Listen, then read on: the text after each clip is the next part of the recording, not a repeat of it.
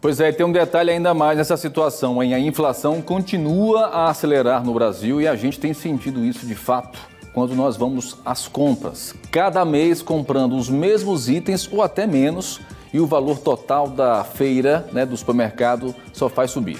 Para os idosos, esse aumento é ainda mais impactante. A última pesquisa da Fundação Getúlio Vargas registrou um aumento de 1,93% nos itens consumidos pela terceira idade. E aí, meu amigo, para falar sobre esse assunto, para saber se existe luz no fim do túnel, eu converso a partir de agora com a nossa economista de plantão, Josi Gomes, toda segunda-feira aqui conosco. Bom dia, Josi. Bom dia, Tiago. Bom dia a todos. Temos esperança, Josi? Temos, enquanto há vida, há esperança. Mas o fato é que a inflação é um fantasma que nos ronda há muitos anos. E é preciso muita cautela para saber lidar com esse aumento de preços.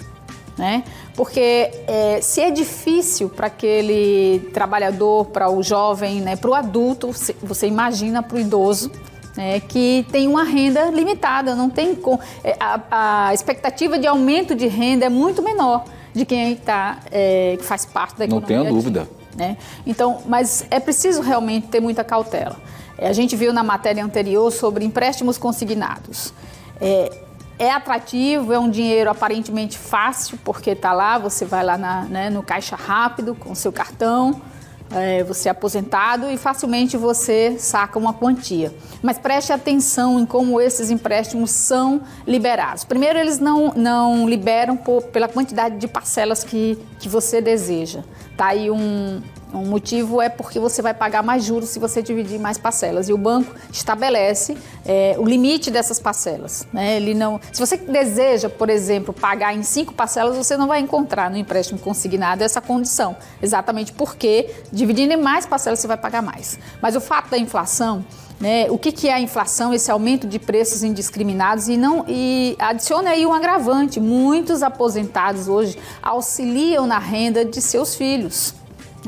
Seria um momento diferente, um momento em que eles teriam, aparentemente, de certa forma, uma tranquilidade, mas como muitos desses filhos estão também desempregados, e o desemprego é um dos fatores que agrava ainda mais a situação, eles acabam contribuindo no orçamento de casa. E tem outro detalhe também, Josi? A gente está falando da cesta básica, mas a gente sabe que os aposentados gastam aí boa parte dos seus salários também com medicamentos, tá? Ainda não tem uma pesquisa específica sobre o consumo e o gasto com medicamentos, mas a gente sabe que, via de regra, o gasto com medicamentos, com remédio para o aposentado, evidentemente, está mais idoso, mais velho, você tem aí as comorbidades que muitas vezes acompanham a própria idade, faz com que o idoso praticamente deixe metade ou mais da metade do seu salário nas farmácias, Sem dúvida, mesmo o idoso que não tenha uma doença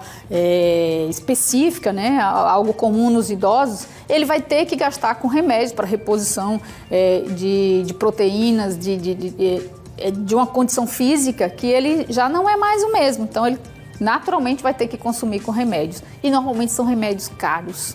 É verdade. E levam realmente boa parte dos seus salários. Vamos também lembrar que por conta da pandemia, as companhias de seguro e plano de saúde foram proibidas de fazer o seu reajuste, ou seja, já deixando a partir de janeiro, a talagada vem, entrou janeiro, já está autorizado, a não ser que mude alguma coisa daqui para lá.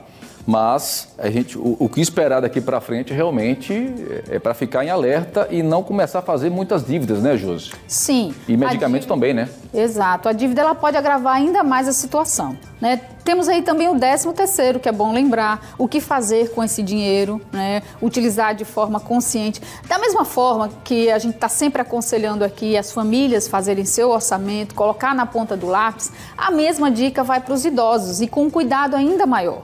É preciso que a gente auxilie mais essa pessoa que não está com as mesmas condições, a maioria das vezes, de fazer aquele planejamento e que qualquer um de nós faríamos. É importante que a gente acompanhe mais de perto o uso desse dinheiro, como aplicar, Lembrando que esse dinheiro do aposentado, que essa renda, que ele passou uma vida inteira trabalhando, no mínimo deve ser usado de forma consciente, Como realmente distribuir essa renda de modo que ele tenha uma qualidade de vida maior. Isso quando se pode, né? Quando essa renda é apenas um salário mínimo, um aposentado, que é a grande parte da população, né? Exatamente. Vamos dizer o que para essas pessoas? Bom, mais uma vez é preciso realmente que haja esse cuidado, né? De com muita cautela você usar esse dinheiro de forma consciente. É muito difícil, na verdade, eu não gosto muito de usar a palavra difícil, mas é desafiador demais, né? Otimizar uma renda, ou seja, um salário mínimo para tantas necessidades que o idoso tem, né? Muito mais do que qualquer um de nós, mas fica aqui a dica, é necessário uma atenção especial a esse idoso. É necessário que a gente olhe também com uma responsabilidade, nós filhos, né? E, enfim, olhe com a responsabilidade maior para esse idoso, especialmente com a sua renda e como distribuir. E um país que não respeita os seus idosos não está preocupado com o seu próprio futuro, né? A gente se depara com realidades distintas quando a gente sai do país, né, e vê os idosos sendo respeitados numa situação realmente fora do normal, e acho que, infelizmente, estamos anos-luz de distância desse respeito que é implementado, sobretudo na Europa. Isso. Não é? Quando você vê os idosos, eu vi os idosos, é impressionante, você tem ônibus, transporte público que funciona para os idosos, tudo funciona ao redor dos idosos, a educação, a saúde, segurança nem se fala.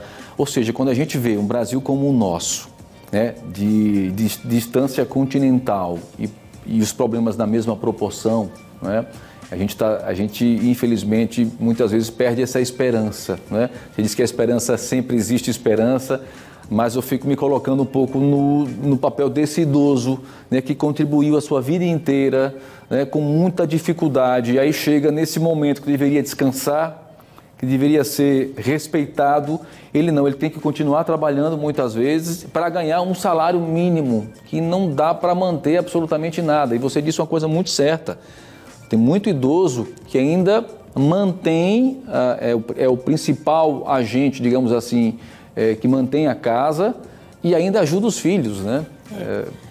É a ausência de políticas públicas que torna essa camada ainda mais frágil, né? Naturalmente ela já porque já avançou sua idade, já deu toda a sua contribuição, com certeza continuará dando, porque os idosos são as nossas referências, né? São as nossas memórias, então perder essa referência é uma perda significativa para uma sociedade mais justa, né, mais igual. Se não cuidarmos dos idosos, tendo isso, você falou de outros países que chegam a 60% da sua população de idosos, e eles têm total liberdade e autonomia para viver com qualidade de vida. Eu não acredito, sinceramente, que esse orçamento, que essa conta feche, se os governos realmente não tiverem políticas públicas direcionadas a essa camada da população. Pois é, e falta muito. Josi, muito obrigado mais uma vez. Ótima semana, que Deus nos abençoe, que seja uma semana de paz para todos nós. Com certeza, uma ótima semana para você e para todos nós. Obrigado. Josi Gomes, a nossa economista de plantão, toda segunda-feira ela está aqui, tá? Fazendo exatamente essa análise